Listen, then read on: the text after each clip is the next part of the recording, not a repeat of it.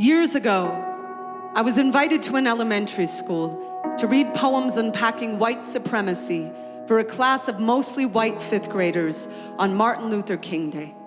As I was reading, a little girl's face fell into her hands and she cried, "We are so bad."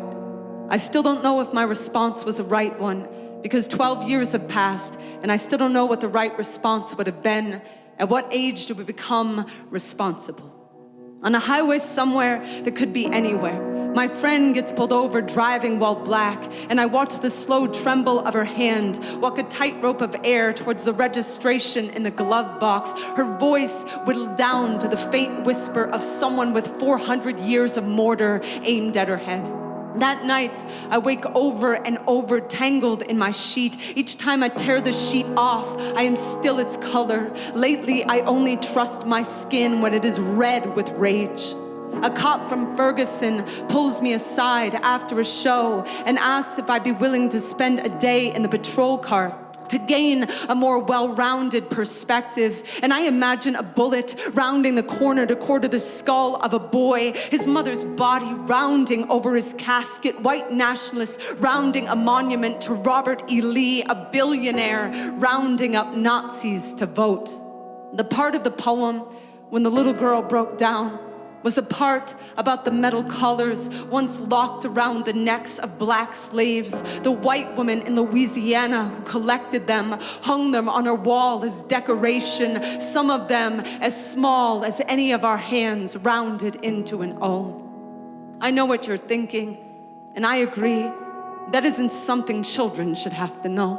Especially the children who have no choice not to know it, whose great-grandchildren still have to teach their children to walk home from school with their hands up, lest the bullet find them guilty of joy, lest they reach for their own lives like they own them. Will the president's tongue swings like a nightstick in broad daylight? Will he unravels the noose and asks to touch the dead's hair? Will he tweets his prayers for Houston, for Florida, knowing thousands undocumented will refuse to evacuate the eye of a hurricane, now a safer refuge than this government knowing your name?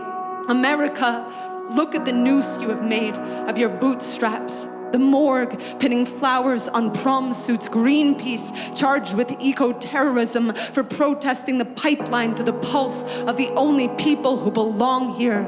In the fifth grade, the Native kids in my class had to stand up beside me and pledge allegiance to their own genocide, while the teachers taught us hate was an animal gone extinct, history, a book we could slam shut when the bell rang for recess, and still so many not safe to speak. 5-year-olds running home from kindergarten to teach their parents how to unroll their R's into safety nets. There is no age that would have been too young for me to learn. Every time I hold my tongue, I am holding a whip. Every time I close my eyes, I am closing a casket. When this country is an anthem to my skin, when I am free to say anything, I can even holler it into a microphone and the cops will invite me for a ride, tell me I can sit in the front seat.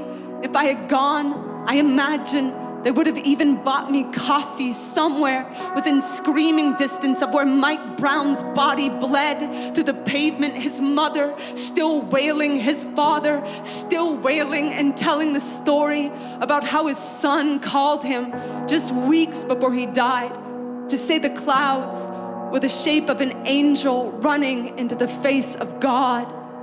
"Dad, I'm serious," he said. Then he sent his father a photo of the sky.